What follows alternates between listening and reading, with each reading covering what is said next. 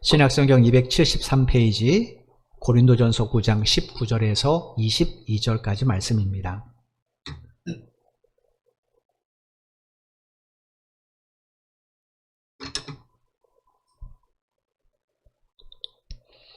고린도전서 9장 19절로 22절까지의 말씀 찾으신 줄 알고 제가 봉독해 드리겠습니다.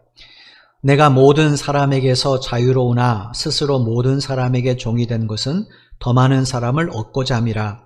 유대인들에게 내가 유대인과 같이 된 것은 유대인을 얻고자 함이요 율법 아래에 있는 자들에게는 내가 율법 아래에 있지 아니하나 율법 아래에 있는 자 같이 된 것은 율법 아래에 있는 자들을 얻고자 함이요 율법 없는 자에게는 내가 하나님께는 율법 없는 자가 아니요 도리어 그리스도의 율법 아래에 있는 자이나 율법 없는 자와 같이 된 것은 율법 없는 자들을 얻고자 함이라. 약한 자들에게 내가 약한 자와 같이 된 것은 약한 자들을 얻고자 함이요 내가 여러 사람에게 여러 모습이 된 것은 아무쪼록 몇 사람이라도 구원하고자 함이니. 아멘. 1970년대에 우리나라 축구 국가대표 선수로 활동했던 선수들 가운데 엄청난 활동량을 바탕으로 한 성실한 플레이 때문에 많은 국민들에게 사랑을 받았던 선수가 있었습니다. 1973년부터 8년간 국가대표 축구 미드필더로 활약했던 이영무 선수입니다. 50세 이상 되신 분들은 아마 이영무 선수를 기억을 하실 겁니다. 축구 선수 가운데 예수를 믿는 크리스찬 선수인 경우에 골을 넣고 이제 무릎을 꿇고 기도하는 세레모니를 펼치는 것 여러분 보셨을 겁니다. 그 원조가 이영무 목사님이에요. 이영무 선수입니다. 이분이 제일 먼저 축구장에서 골을 넣고 이제 무릎을 꿇고 그 자리에서 기도하는 세레모니를 펼쳤어요. 지금은 목사님이 되셨습니다. 경기도 동탄에 있는 예수품교회를 섬기고 계시는데 이영무 목사님이 2010년도에 쓴 책이 하나 있습니다. 하나님의 국가대표라는 제목의 책인데 이 책에 있는 내용 가운데 일부분을 제가 은혜를 받아서 여러분에게 잠깐 읽어드리려고 해요. 들어보십시오. 운동선수에게 겸손은 필수입니다. 나는 교만하다가 큰 코 다친 선배들을 많이 보았습니다. 자신의 축구 실력이 좋아서든 상대팀이 형편없어서든 경기 중에 골을 넣으면 어느새 자세가 달라지는 사람이 있습니다. 인기를 얻으니 연예인들이 찾아오고 술 한잔 같이 하자고 찾는 사람도 많아집니다. 거기에 빠지기 시작하면 한순간에 무너집니다. 실력이란 한결같은 것이 아닙니다. 아무리 운동 실력이 좋아도 훈련을 게을리하면 실력은 뒷걸음질 치기 시작합니다. 그것이 길어지면 걷잡을 수 없게 됩니다. 어느 경기든 출전 명단에서 절대 빠지지 않는 부동의 선수가 있었습니다. 한 번은 감독님이 일주일 동안 선수들에게 휴가를 주었습니다. 그 부동의 선수는 일주일 동안 술을 마시고 친구들과 놀았던 모양입니다. 그런데 부동의 선수와 같은 포지션인 후보 선수는 일주일 동안 새벽, 오전, 오후, 밤 이렇게 하루 4번씩 시간을 정해놓고 열심히 운동을 했습니다. 휴가가 끝나고 선수들이 집합했습니다. 연습 게임을 하는데 감독님이 보니 이 후보 선수가 몸이 더 좋았습니다. 그러자 감독님이 이렇게 말했습니다. 저 후보 선수가 훨씬 나은데 출전 리스트 바꿔. 이후 부동의 선수는 더 이상 경기에 나오지 못했고 후보 선수로 전락하고 말았습니다. 아무리 잘 나가는 선수여도 일주일 휴가를 어떻게 보내느냐에 따라 위치가 하루아침에 뒤바뀔 수 있는 것입니다. 운동을 하는 선수든 신앙생활을 하는 우리든 나는 이제 됐다고 고개를 드는 순간 발전은 멈춰버립니다. 우리가 싸워야 할 진정한 상대팀은 다른 사람이 아닙니다. 바로 나 자신입니다. 이 싸움에서 이기려면 항상 섬김과 희생의 자세가 필요합니다. 이런 이야기입니다. 여러분 이영무 목사님의 말씀처럼 그리스도인들의 싸움의 대상은 타인이 아닙니다. 세상을 좋아하고 세상을 사랑하고 욕망에 사로잡힌 그래서 내 인생의 주인이 내 스스로가 되려는 나 자신이 싸움의 대상이에요. 여러분 넓은 의미에서 보면 분명히 우리의 싸움의 대상은 마귀가 맞습니다. 악한 영들이 맞아요. 그런데 생활 속에서 실제로 부딪혀야 될 대상은 누군가? 나 자신이에요. 마태복음 4장에 보면 예수님께서 광야에서 마귀에게 시험을 받으시죠. 그 장면 한번 곰곰이 생각해 보십시오. 예수님을 시험한 것은 분명히 마귀입니다. 근데 예수님은 당신의 하나님의 아들의 능력으로 마귀를 물리치지 않으셨어요. 어떻게 물리치셨습니까? 말씀으로 자신을 지키심으로 물리쳤어요. 예수님이 하신 것은 말씀으로 자신을 지키신 겁니다. 그랬더니 마귀가 어떻게 됐습니까? 물러갔어요. 그러므로 예수 믿는 성도가 싸워야 될 대상이 누군가? 바로 나 자신이에요. 마귀가 아무리 달콤한 욕을 해도 주님처럼 말씀으로 나를 딱 지키면 어떤 환경이든 어떤 마귀와의 싸움이든 우린 이길 수 있습니다. 오늘 본문이 사도 바울이 이와 비슷한 이야기를 우리에게 들려주는 내용이에요. 27절 말씀을 잠깐 보겠습니다. 9장 마지막 절인데 이건 9장의 결론이기도 해요. 27절 말씀을 제가 잠깐 읽어드리겠습니다. 내가 내 몸을 쳐 복종하게 함은 내가 남에게 전파한 후에 자신이 도리어 버림을 당할까 두려워함이로다. 여기서 우리말로 몸을 쳐 복종했다는데 이 쳐라고 번역된 이 헬라어가 휘포피아조라는 단어입니다. 이 단어의 의미가 뭐냐면 멍이 들고 타박상이 될 정도로 친다는 뜻을 갖고 있는 단어예요. 그러니까 바울이 그냥 자기 몸을 한두 번 치는 것에 그치지 않은 겁니다. 피멍이 들 정도로, 그것이 영원히 피멍이 들 정도로 그렇게 강하게 쳤다라는 거예요. 계속해서 쳤다라는 거예요. 바울이 왜 이렇게 했는가? 그건 주님이 주신 사명 때문입니다. 그 사명을 감당하기 위해서, 그 사명에 복종하기 위해서 바울은 다른 사람을 친 것이 아니라 자기 자신을 쳤다라는 거예요. 여러분 생각해 보십시오. 여러분 바울이라고 감정이나 자존심이 없겠습니까? 지금 바울은 고린도 성도들에게 조롱을 당하고 있습니다. 어떤 조롱을 당하고 있습니까? 게바와 같은 주님의 사도는 아니라는 거예요.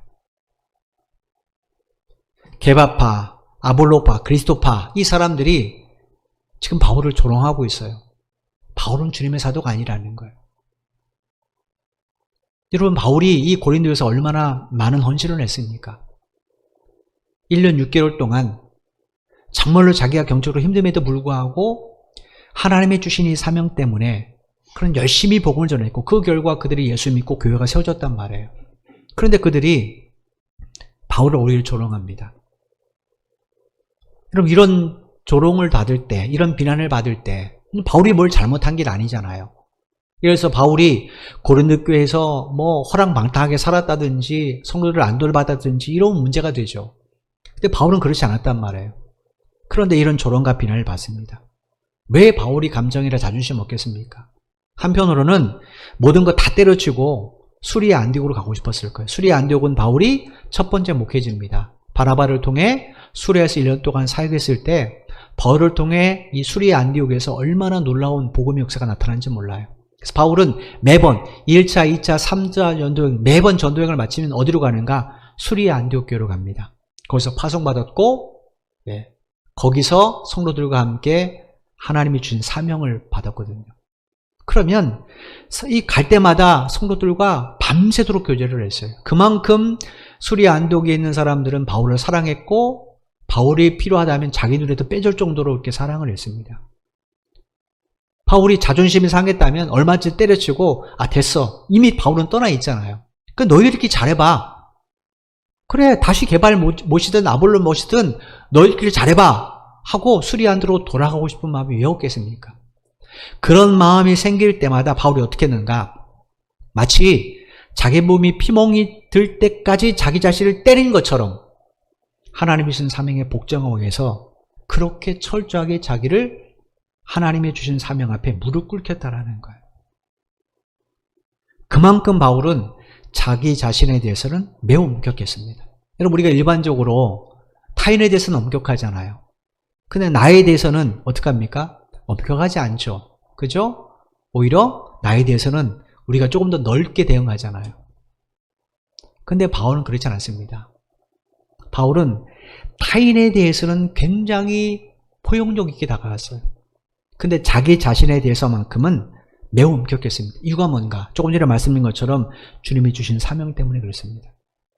그 사명을 감당하기 위해 바울은 자신의 자유도 자신의 권리도 다 스스로 절제하고 포기했다는 거예요. 오늘 본문 19절에 그가 이렇게 이야기합니다. 내가 모든 사람에게서 자유로우나 스스로 모든 사람에게 종이 된 것은 더 많은 사람을 얻고자 함이라. 바울은 복음 안에서 자유를 얻었단 말이에요. 바울은 주님의 종이지 사람의 종이 아닙니다. 그죠? 그 바울이 얼마든지 다른 사람 앞에서는 구속될 이유가 없습니다. 주님의 명령만 따르면 되죠. 근데 바울이 뭐라고 말해요? 그럼에도 나는 스스로 모든 사람의 종이 되었다, 이렇게 고백을 해요. 여기 여러분 19절에 우리말로 종이라고 보냈던 이 헬라어의 의미가 뭐냐면 노예로 삼다, 복종을 시키다, 이런 뜻이에요. 그러니까 바울이 자기 자신을 모든 사람에게 복종을 시켰다는 거예요. 이유는 더 많은 사람을 얻기 위해서다, 지금 19절에 말합니다. 근데 여러분 여기서 우리말로 더 많은이라고 보냈던 이 헬라어가 다수의라는 의미도 있지만 다양한이라는 의미도 있습니다. 오늘 본문 20절로 22절에 보면 바울이 다양한 사람을 이야기합니다. 유대인, 헬라인, 약한 자들, 다양한 사람을 이야기해요. 따라서 문맥상 여기 19절에 더 많은 이 단어는 다양한이라는 의미로 해석하는 것이 문맥상 훨씬 좋습니다. 그러니까 바울이 다양한 사람을 얻기 위해서 스스로 타인에게 자기를 복종시켰다는 거예요. 여기 얻는다는 것은 구원을 의미합니다. 그러니까 다양한 사람을 구원하기 위해 내가 이런 결정을 내렸다, 이런 말이에요. 그러면 바울은 왜 이런 방법을 선택했는가? 이거밖에는 없는가? 바울은 능력이 없는가? 다른 사람을 자기의 말 앞에 굴복시킬 능력이 없는가? 그렇지 않습니다.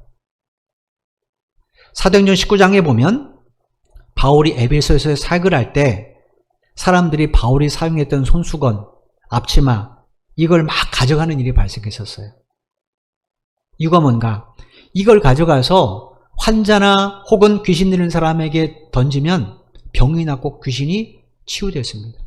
그 내용이 사도행전 19장에 이렇게 기록이 되어 있어요. 사도행전 19장 11절로 12절입니다. 하나님이 바울의 손으로 놀라운 능력을 행하게 하시니 심지어 사람들이 바울의 몸에서 손수건이나 앞치마를 가져다가 병든 사람에게 얹으면 그 병이 떠나고 악기도 나가더라. 여기서 우리말로 손수건이라고 보냈던 이 헬라어는 얼굴에 땀을 닦아내는 천을 말합니다. 그러니까 우리가 생각하는 손수건과 같은 의미예요. 바울이 이런 손수건을 늘 가지고 다녔습니다. 왜 가지고 다녔는가? 고린도서처럼 에베소에서도 바울은 자비라는 사역을 했어요. 그래서 두란노 서원이라는 곳에서 사람들에게 복음을 전하고 말씀을 가르쳤는데, 이제 뭐 안식일이 되면 또 혹은 저녁이 되면 여기서 사람들에게 복음을 전하기도 했습니다. 근데 평일은 어땠는가? 평일은 철저하게 고린도서처럼 천막 제조하는 곳에 가서 일을 하고 월급을 받아서 생활을 했단 말이에요. 여러분, 그러니 얼마나 땀이 비워도 됐겠습니까? 일할 때. 이 천은, 이 12절 말씀하는 손수건은 그때 흐르는 땀을 닦았던 그 천을 말합니다. 그리고 우리말로 앞치마라고 되어 있는데 이건 우리가 쉽게 생각하는 앞치마와 똑같습니다. 여러분, 정육점 같은 데 가보시면 그 일을 하시는 분들이 앞치마 두르고 일을 하잖아요. 그죠? 그 다음에 도자기 같은 것 만드시는 분들도 보면 앞치마 가지고 입고 합니다. 왜냐하면 튀기 때문에. 바울도 마찬가지예요. 그 당시에 가죽 제품을 만드는 사람들, 만든 사람들은 앞치마를 입고 일을 했단 말이에요. 그러니까 바울이 사용하는 이 손수건, 앞치마, 이건 귀한 물건이 아닌 겁니다. 이거는 굉장히 지극히 하찮은 물건이에요. 냄새나고 아주 더러운 물건들이에요. 그런데도 그 하찮은 물건에, 바울이 사용했던 그 하찮은 물건에 주님께서 능력을 담아주셨더니 무슨 일이 일어났습니까? 병든 사람이 나았어요. 손수건 가지고 가서 병든 사람 이마에 딱 얹으면 그 병이 나았어요. 귀신 들린 사람에게 손수건에 앞치마 집어던지면 그걸 맞은 사람을 장악했던 귀신들이 물러갔다는 거예요. 얼마나 능력이 있습니까? 또 19절에 보시면 하나님이 바울의 손으로 놀라운 일을 행하게 하시니 라고 했으니까 심지어라는 것은 심지어 이런까지 일어났다는 거잖아요. 그러니까 앞부분이 뭡니까? 실제로 바울이 기도해 주거나 바울이 말씀을 전할 때 병든 자도 낫고 귀신 들린 사람도 회복되는 역사가 일어났다는 거예요. 그뿐이 아닙니다.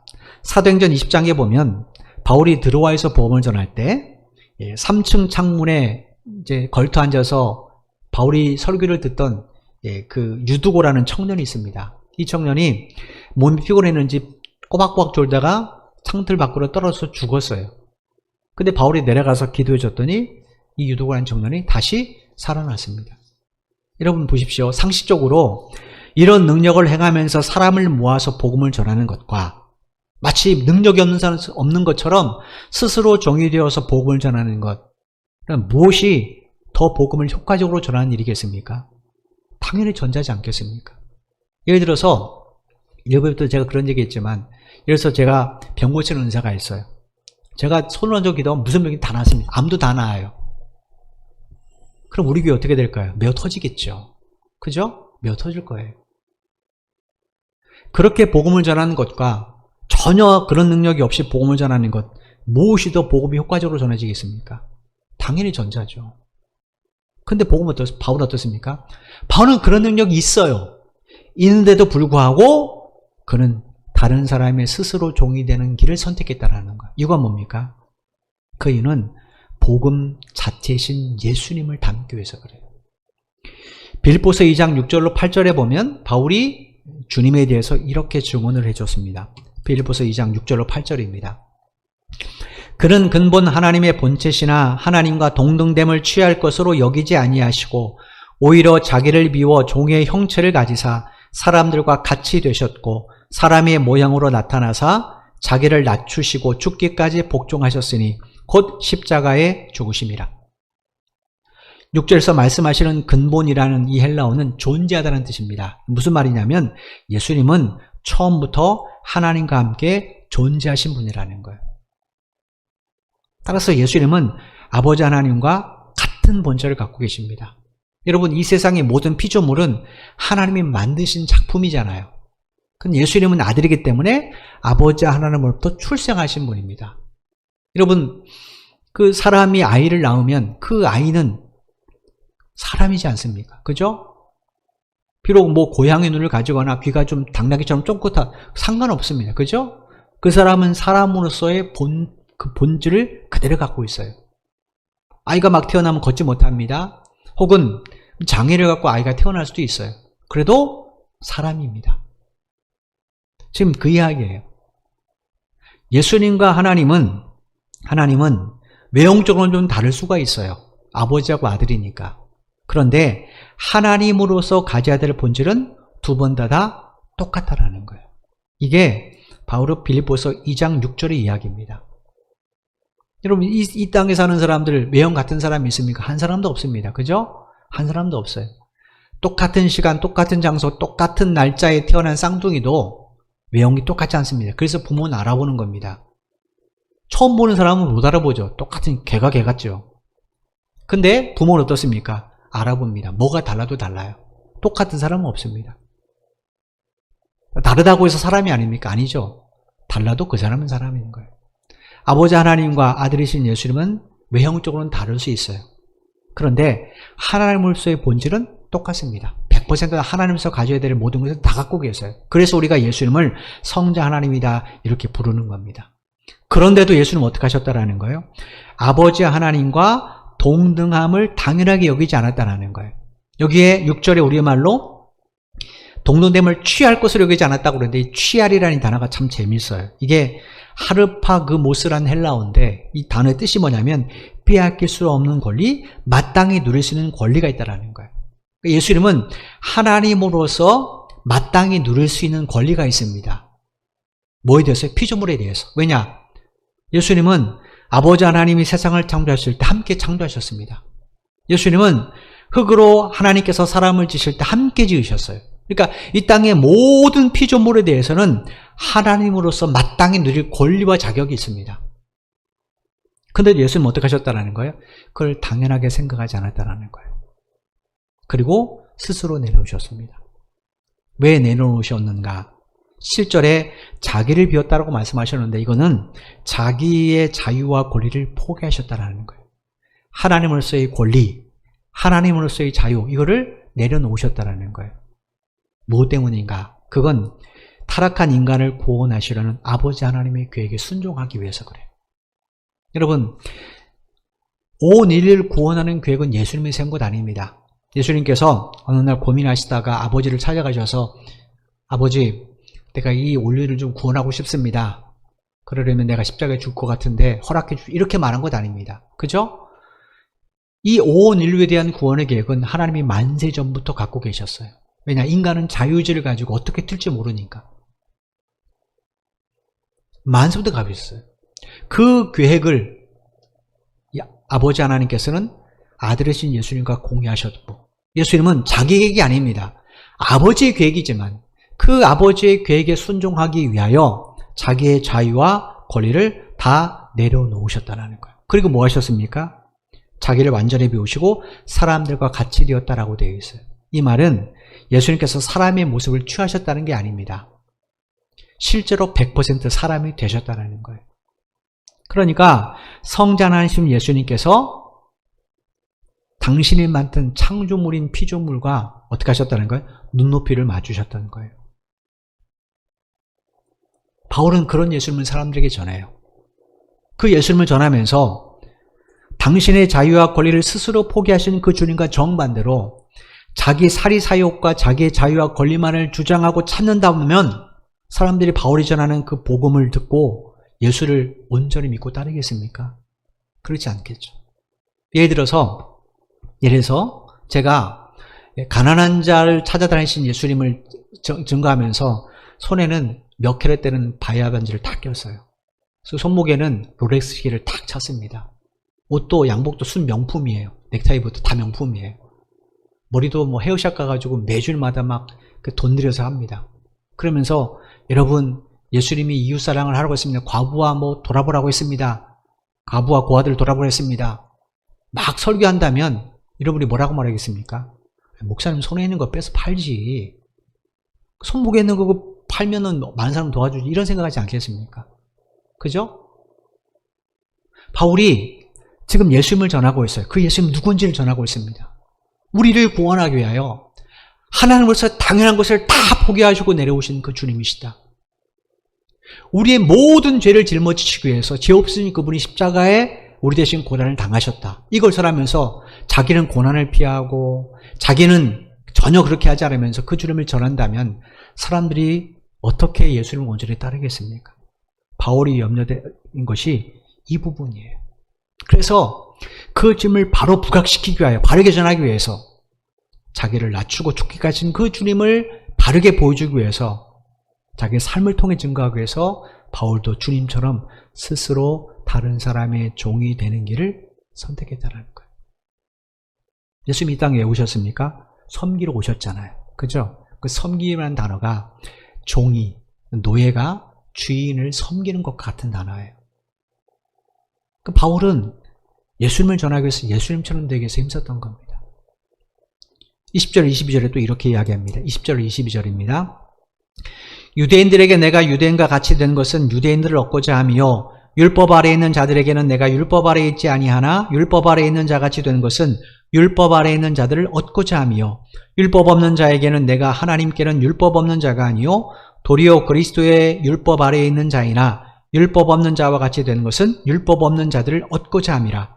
약한 자들에게 내가 약한 자와 같이 된 것은 약한 자들을 얻고자 하며 내가 여러 사람에게 여러 모습이 된 것은 아무쪼록 몇 사람이라도 구원하고자 함이니.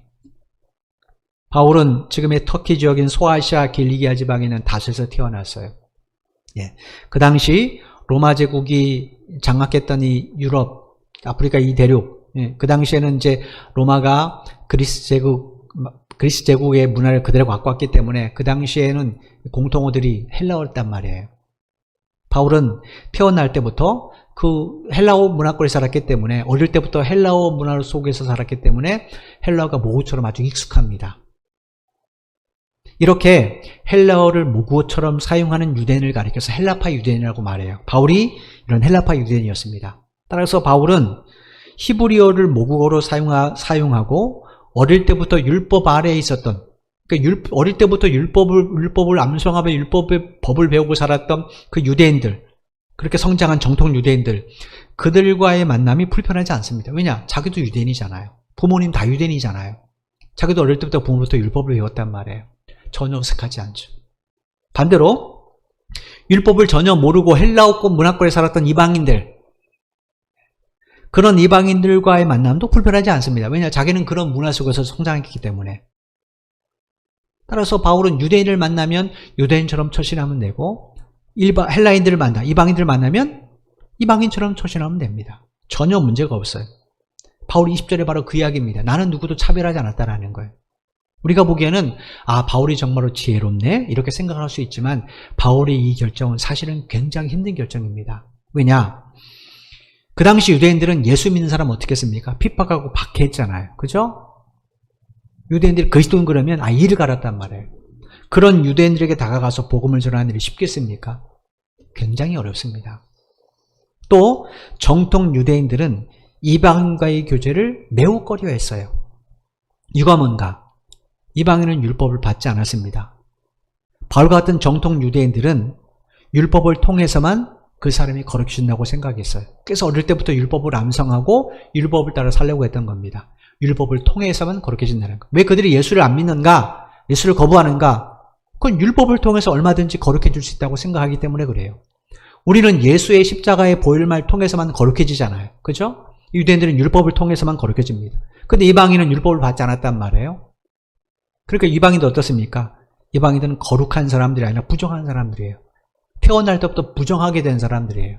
그런데 율법에 보면 하나님께서 부정한 것과 접촉하면 그 사람도 부정하게 된다라고 말씀하셨어요. 그러므로 부정한 이방인과 내가 그 집에 찾아가서 식탁 교제를 나누고 함께 먹고 마신다면 어떻게 되겠습니까? 나도 부정하게 되겠죠. 그죠? 이런 이유 때문에 유대인들은 이방인과의 교제를 매우 꺼려했습니다. 어느 정도로 꺼려했는가? 사도행전 10장에 보면 사도 베드로조차 로마 군대의 백부장이었던 이방인 고넬의 집을 방문하는 것을 꺼려했습니다. 분명히 그때 환상 중에 하나님께서 이 보자기에 쌓인 부정한 짐승을 통하여 베드로에게 3번이나 보여줬습니다. 근데도 베드로가 뭐라고 했습니까? 하나님께서 부정하다는 것과 나는 접촉하기 싫습니다라고 말했어요. 사도잖아요. 그런 베드로조차 이방인과 교제하는 것을 굉장히 꺼려했다라는 거예요. 그러므로 바울은 지금 바리새인 중에 바리새인이란 말이에요. 그런 정통 유대인인 바울이 이방인 집에 방문해서 그들과 함께 먹고 마시며 교제한다? 이건요, 발각되면 유대인들에게, 정통 유대인들에게 비난받을 일입니다. 그러니까 바울에게 쉬운 일이 아니에요. 그런데도 바울은 어떻게 했다라는 거예요? 이방인과의 교제를 꺼려하지 않았다라는 거예요. 뿐만 아니라 22절에 보면 바울이 약한 자들에게 내가 약한 자가 되었다, 이렇게 같이 되었다 이렇게 말했는데 여기서 약한 자들은 신체가 약한 자들을 말하지 않습니다.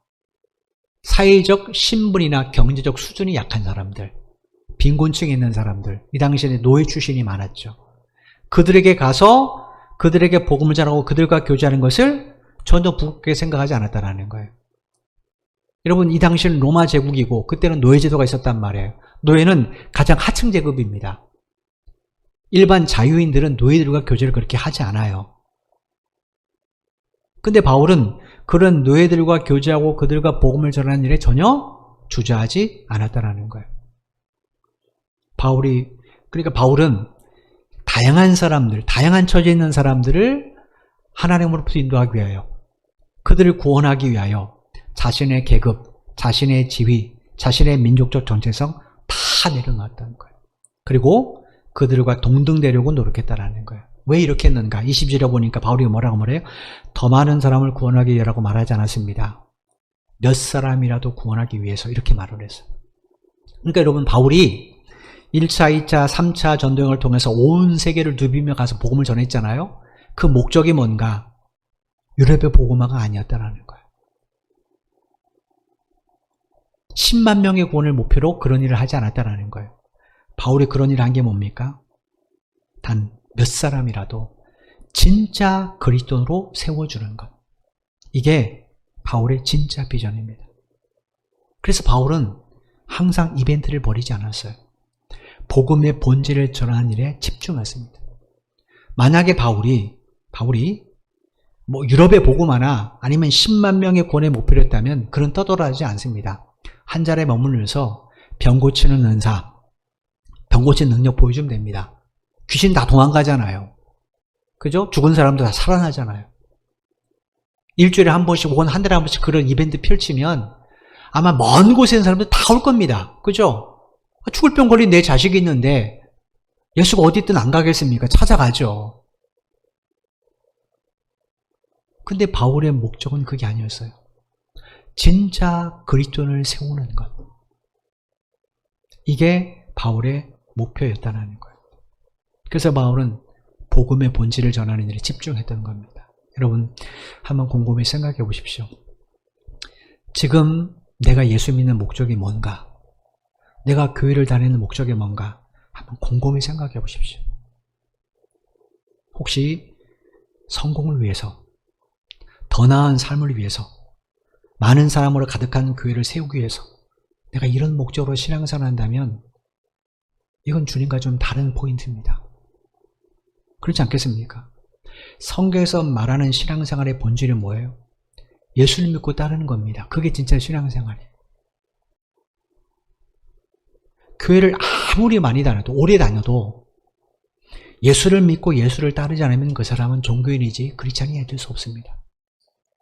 우리의 신앙생활의 목적은 이 땅에서 먹고 잘 사는 것이 아닙니다. 내 자녀를 성공의 길로 인도하는 것이 아닙니다. 나와 내 자녀가 예수를 바로 믿고 그 예수를 끝까지 따르는 것. 이게 신앙생활이에요. 그러면 어떻게 되는가? 당연히 주님 마음을 품어야죠. 그 마음이 어떤 마음입니까? 조금 전에 우리가 빌립보서 2장 6절로 8절에서 봤잖아요. 예수님은 자기를 비우시고 사람들을 구원하기 위해 사람들 같이 되셨다. 자기를 겸손하게 하셨다는 거예요. 그래서 주님이 이 겸손함 때문에 유대인들도 찾아가셨고 이방인도 찾아가셨고 부자도 찾아가셨고 가난한 사람도 찾아가셨어요. 심지어 모든 사람이 손가락질하고 죄인이라고 취급하는 사람들도 찾아가셨어요. 이유가 뭐예요? 그들을 구원하기 위해서입니다. 여러분, 그 주님께서 모든 죄들 다 구원하셨습니까? 만약에 예수님이 유대 땅의 복음화를 위해서 사역을 하셨다면 주님은 돌아다니지 않으셔서 찾아가지 않습니다. 찾아오게 만드시죠. 얼마든지 모든 죄를 다 찾아오게 하실 수 있습니다. 왜냐? 병 고치고 오병이어 기적 펼치고 귀신 쫓아내고 죽은 사람 살리고 그러면 구름 때처럼 몰려오지 않겠어요? 주님은 이벤트를 여시지 않았습니다. 날마다 병 고치고 귀신 들린 사람 쫓는 그런 기적의 이벤트를 펼치지 않으셨어요. 뭐 하셨는가? 아버지 하나님이 당신을 왜 보내셨는지, 당신을 왜 믿고 따라야 되는지, 복음의 본질은 당신을 바르게 전하는 일에 최선을 다하셨다는 것. 그 결과 주님이 이 땅에서 부활하고 승천하실 때 겨우 마가다락방에 모인 사람은 120명밖에 없습니다. 예수 이 땅에서 그렇게 헌신하는데 120명밖에 못 모였네? 그런데 그 120명으로 인해서 오늘 우리에게까지 복음이 전해졌잖아요. 그죠? 어떻게 전해졌습니까? 그 복음에 바울처럼 동참한 사람도 있었기 때문에 그래요. 여러분, 이번에 임직을 받으신 분들도 한번 곰곰이 생각해 보십시오. 우리가 지금 고린도전을 거의 2년에 걸쳐서 함께 봅니다. 왜 하나님께서 우리에게 임직에 관한 것을 주시고 그때부터 고린도전서에 관한 이야기를 읽게 하시고 설교를 통해 듣게 하셨는가? 임직 받으신 분들은 이 고린도전을 통하여 하나님의 주신 직분이 무엇인가를 깊이 생각하게 됩니다. 바울은 자기를 위해 살지 않았어요. 주님께서 나를 왜 부르셨는가? 나에게 왜 사도의 직분을 주셨는가? 그것만을 염두에 두고 그걸 위해 살았다는 거예요. 그 일을 감당에 있어서 자기의 모든 것을 다 내려놓았어요. 그랬더니 바울이 가서 복음을 전할 때 어디는 몇 주, 어디는 몇 달, 또 고린도 같은 1년 6개월 있는 곳도 있었지만 거의 대부분이 몇 달, 몇 개월밖에 없었습니다. 그리고 어떤 경우는 정말로 바울을 통해 그 동네 사람도 예수 믿는 사람 한 사람도 있는가라고 생각하는 데도 있어요. 그런데도 거기에 교회가 세워졌어요. 이거 뭡니까?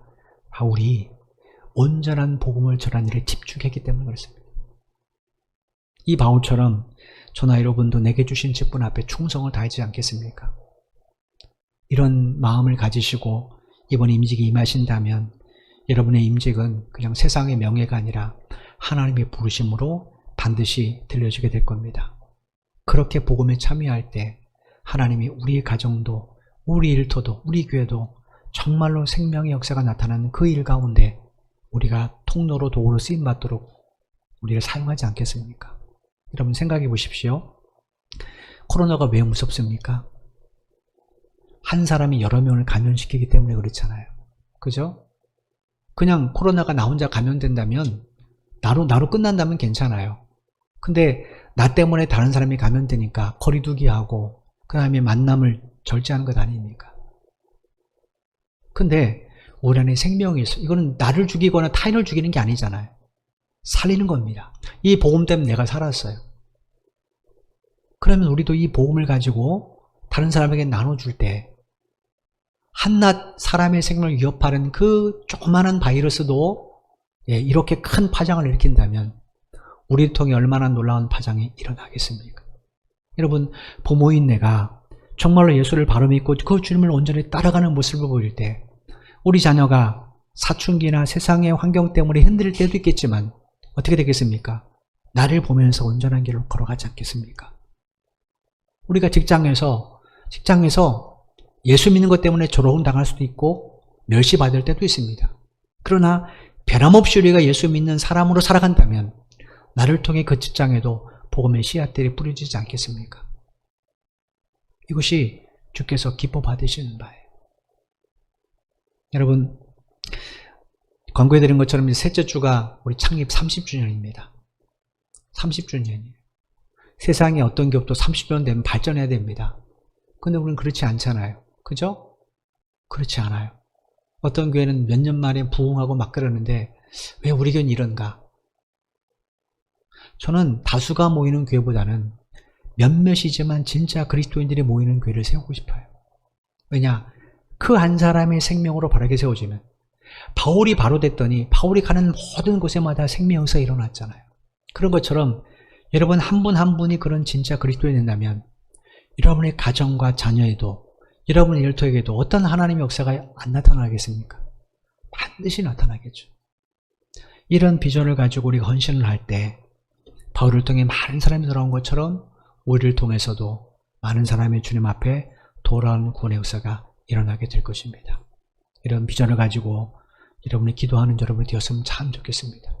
하나님은 그냥 아무 이유 없이 우리를 부르지 않았어요. 당신의 아들의 생명을 내어주기까지 우리를 부르셨다면 뭔가 분명한 뜻이 있고 목적이 있겠죠. 그것이 무엇인지를 찾아가는 여러분이 되었으면 좋겠습니다. 그럴 때 하나님께서 광야 이스라엘 백성들이 가나안 땅이라는 목적지를 갈 때까지 그들의 육체를 책임지셨던 것처럼 우리가 하나님 앞에 이 사명을 감당할 때까지 하나님 우리의 가정과 우리 일터도 책임지고 돌봐주지 않겠습니까? 이런 하나님을 온전히 믿으시고 정말로 이 시대에 주님의 사도처럼 주님의 일꾼처럼 복을 위해 쓰임받는 여러분 한 분 한 분 되시기를 주님의 이름으로 간절히 축원을 드립니다. 기도드리겠습니다. 하나님 감사합니다. 오늘도 주의 말씀을 통해 우리 연약함을 비춰주시고 우리가 어떻게 살아야 될지 말씀을 통해 가르쳐 주신 하나님 감사합니다. 우리가 삶 속에서 무엇을 선택할 때 제일 먼저 기준을 삼는 것이 납니다. 무엇이 내게 유익인지 무엇이 내게 더 나은 일인지 선택하고 결정합니다. 그런데 바울은 자기가 아니었습니다. 주님이었습니다. 무엇이 주를 위한 선택인지 무엇이 주님이 주신 직분을 감당하는 결정인지를 먼저 고려했습니다. 그랬더니 바울을 통해 교회가 회복되고 성도들이 회복되는 역사가 일어났다고 성경이 증거합니다. 오늘 우리의 삶에는 다양한 사람들이 있습니다. 그리스도인도 있고 또 예수를 믿지 않은 사람들도 있습니다. 우리보다 더 나은 사람도 있고 우리보다 형편이 더 어려운 사람들도 있습니다. 하나님, 그럴 때마다 바울처럼 주님의 이 복음을 기억하고 주님의 마음으로 다가갈 수 있는 우리 모두가 되게 하여 주옵소서. 우리가 예수 믿는 목적, 천국과 위함임을 우린 너무나도 잘 압니다. 주님이 가셨던 그 길을 믿음으로 잘 끝까지 따라가는 우리 모두가 되게 하여 주옵소서. 그럴 때 우리를 통하여 우리의 가정도, 우리의 자녀도, 우리의 일터도 주님의 생명의 역사가 일어나게 될 줄로 믿습니다. 이런 비전을 가지고 바울처럼 끝까지 복음의 삶을 내올 수 있는 우리 성도들이 될 수 있도록 역사해 주옵소서. 주님, 우리가 사는 동안 힘들고 어려운 일이 참 많이 있습니다. 인생의 고비고비마다. 그러나 주님이 우리와 동행하심을 우리는 분명히 믿습니다. 이 믿음을 가지고 정말로 주께서 기뻐하는 일, 주께서 원하는 길을 선택하고 결정하고 따르는 우리 모든 성도들이 되게 도와주옵소서. 한 주가도 주의 동행하심을 온전히 믿고 의지합니다.